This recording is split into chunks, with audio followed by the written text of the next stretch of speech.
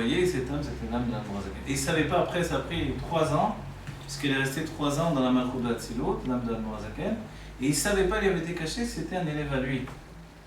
Un tzaddik, Rabbi Baruch, qui avait eu le srout d'avoir cet enfant par sa bracha qu'il a donné lui-même, et il est né à Chayelul également. Donc vous voyez, le cheminement des âmes, c'est tout un ta'alir. C'est pas aussi facile que l'on peut penser, ça c'est une histoire que l'on connaît, mais chacun d'entre nous, est-ce que chacun a pensé un jour que le cheminement de nos âmes pouvait être plus facile que ça? C'est pas vrai. Les chassidim ont l'habitude de dire que le rabbi a choisi tous ces chassidim, dans n'importe quelle époque, hein, pas simplement aujourd'hui. Il y avait à l'époque ce qui s'appelait Anshe Moshe, les hommes de Moshe, ou les Lévim qui étaient attachés en particulier à Moshe.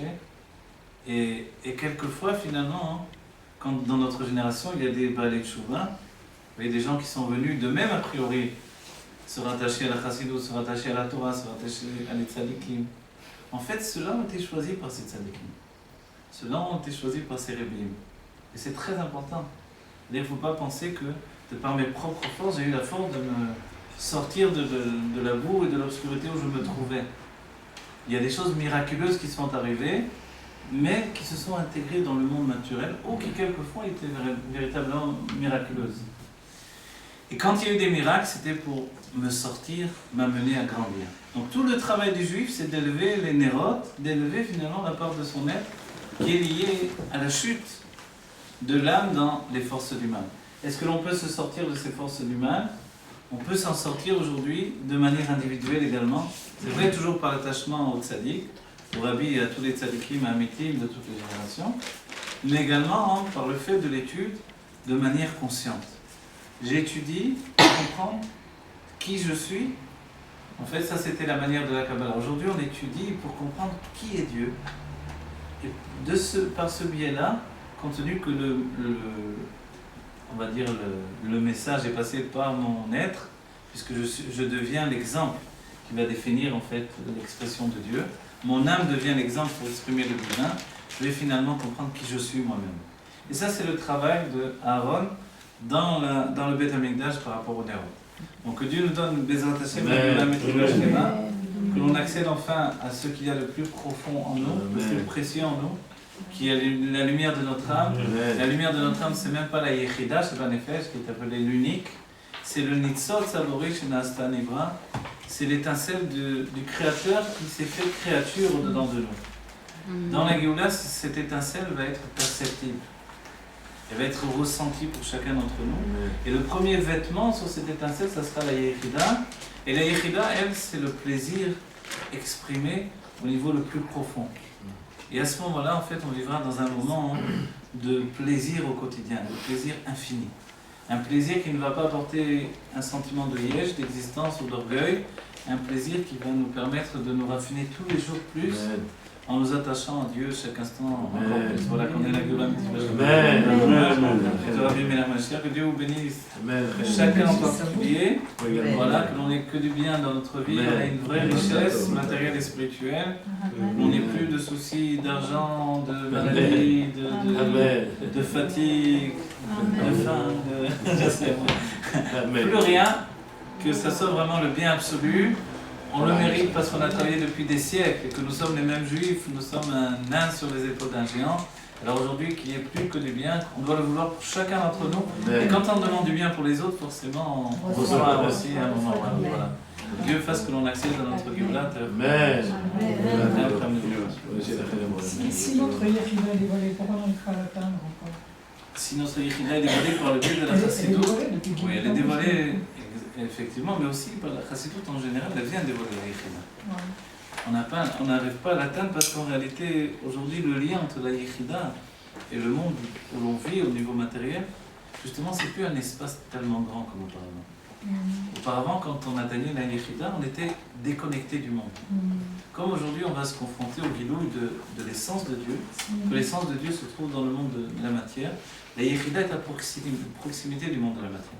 Donc l'espace entre les deux, il n'est pas un choc, comme dans notre époque où c'était vraiment transfiguré. Aujourd'hui, non. Voilà, la Yechida est là, elle est là, à portée de main, mais comme on est à proximité de l'essence, c'est comme une idée pour la Géoula, il y aura des fêtes encore, il y aura le Shabbat, mais tout ne sera pas du même éclat qu'aujourd'hui. Donc les fêtes, on dit que les fêtes vont s'annuler, c'est pas qu'elles s'annuleront pas, elles ne vont pas disparaître. Mais comme la Géoula sera tellement élevée dans le dévoilement de la Yechida, alors elles apparaîtront pas avec la même lumière. Aujourd'hui, ils apparaissent comme un or, un yotse min ha-chosher. Vous parlez là du dévoilement de la Yechida par rapport à l'essence. Voilà. Comme on n'atteint pas encore la Yechida, comment? Non, mais c'est ça que vous pensez. Regardez, la Yechida est dévoilée par la Chassidut, mais comme l'essence, elle est en train de se dévoiler, la Yechida n'apparaît pratiquement plus non. Et c'est là où on a un nouvel état du dévoilement divin. C'est-à-dire c'est un état où le dévoilement n'est pas tel qu'il était autrefois. Mais quand même, tous les révimes le précisent, il faut aussi un dévoilement de l'Elokut. Pas simplement, comme on a étudié dans l'Elbet, vous vous rappelez, le Rabbi Rachab dit il faut un dévoilement divin. Et ce dévoilement divin, il est essentiel, mais dans notre génération, il n'est plus du même ordre de représentation, on va dire. Vous voyez, auparavant, il y avait le monde matériel et les niveaux de l'âme qui nous éloignaient de plus en plus du monde matériel. Aujourd'hui, où il est dit à Ikar ou Amassé, l'essentiel c'est l'action, le monde matériel est l'aboutissement. C'est pour ça qu'essentiellement on agit dans l'action des mitzvot. Mais ça ne peut pas alimenter tout le monde. On a besoin aussi de spiritualité. Mais cette spiritualité, voilà qu'elle se confronte quand même au monde matériel, dans sa réalité, qui est d'une puissance inégalée. Avant, le monde nous donnait quand même d'être spirituel. C'était un monde qui nous donnait, il y avait des arbres à proximité, il y avait la nature à proximité, la nuit, il faisait noir. Donc le monde vivait sous un autre système. On vivait au pas des chevaux. Oui, tout ça faisait que l'homme avait le temps de grandir de manière, on va dire, voilà. Il y avait des cycles qui apportaient la personnalité à grandir. Aujourd'hui, c'est trop rapide. Un enfant, par un film, un dessin animé, il a déjà vu plus que ce qu'aura jamais vu un homme de siècle précédent. C'est terminé. Donc, on n'a plus le temps. Comme on n'a plus le temps, forcément, l'âme est dévoilée dans des niveaux extrêmement élevés, mais à proximité de la nécessité d'accomplir la dernière des shlichut, faire résider la Géoula ici-bas. Donc les dévoilements divins sont à portée de main. C'est aussi l'une des choses qui a commencé par le fait que l'Admorazaken, il a dit, le Gehinom a volé, on lui a donné le Gan Eden. Vous imaginez? Le Gan Eden est devenu le Gehinom. Donc les gens qui étaient avant Gehinom, on les a placés dans le Gan Eden. Avant, ils étaient dans des vieilles cabanes pourries, écroulées et tout. Maintenant, on les a mis dans un hôtel de luxe. Voilà. C'est ça l'état d'esprit. Mais pour nous, on ne peut plus se suffire de ce Gan Eden-là. On doit vouloir autre chose. Et autre chose, c'est que le Sachar Mitzvah, c'est que la récompense de la mitzvah, c'est ça. C'est-à-dire qu'une autre récompense que le monde matériel dont on vit, ce sera quelque chose d'insuffisant. Donc en fait, aujourd'hui, c'est pour ça que le rabbi peut se permettre de dire il faut que chaque juif soit riche, il faut que chaque juif ait une grande opulence dans la vie quotidienne, et c'est pas de l'orgueil, et c'est pas de la tava, etc. Finalement, on s'aperçoit que non. Même si on a tout ça au quotidien, n'importe qui finalement a plus qu'on a sur les tables ce qu'avaient les rois dans les siècles précédents en réalité. Ils ne s'en rendent pas compte. Alors ils avaient tous les fruits à toutes les époques, aujourd'hui on a la même chose, quoi. Donc on a tout ce qu'il faut. Mais on voit que ça nous apporte pas non plus une satisfaction extraordinaire. C'est toujours insuffisant. Parce qu'on accède, et on accède à une autre époque où on a d'autres besoins plus profonds. Le Baal Shem Tov a dit quand on a faim de spiritualité en réalité. On a faim de Dieu. Donc en fait, on a faim de Dieu un tel degré aujourd'hui que plus rien ne peut nous contenter. Donc c'est pour ça qu'on est obligé de devenir très riche et d'utiliser notre argent, je parle au niveau matériel, pour faire des choses, on va dire, grandioses dans le monde. Et de la même manière, si c'est comme ça matériellement, donc imaginez tout ce qu'on peut faire. Aujourd'hui, il y a des juifs qui payent 1000 bar mitzvah, 1000 enfants qui ne pouvaient pas le faire. Vous imaginez en une seule fois. C'est merveilleux de faire des choses pareilles, vous voyez. Il y a des gens qui font des dons terribles, incroyables, des choses voilà, qu'on a envie, on dit voilà à quoi sert l'argent. Donc si l'on a l'idée que l'argent peut me servir à faire des choses magnifiques comme ça, aider des gens à se loger, aider des gens à acheter leur maison, j'en sais rien, tous les besoins de la vie au quotidien, donc voilà, l'argent peut servir à des choses merveilleuses. Dans cet état d'esprit, évidemment, l'argent peut devenir une Géoula.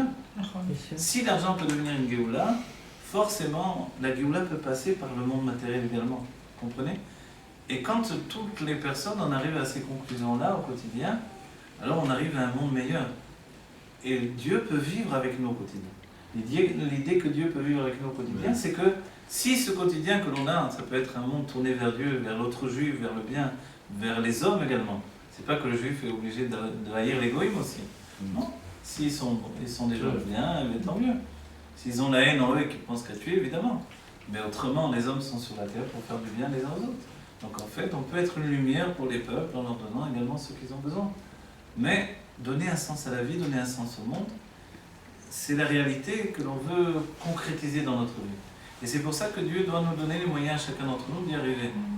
Chacun avec ce qu'il est, avec son métier, avec ses aptitudes, avec ses qualités. Et l'on doit essayer d'y arriver, d'aller jusqu'au bout de nous-mêmes.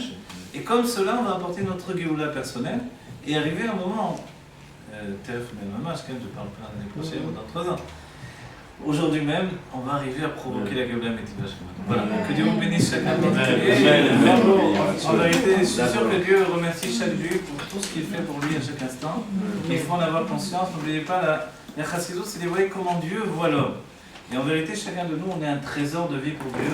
On lui donne ce qu'il ne pouvait pas avoir de manière divine. Un autre, on aurait dit de manière naturelle.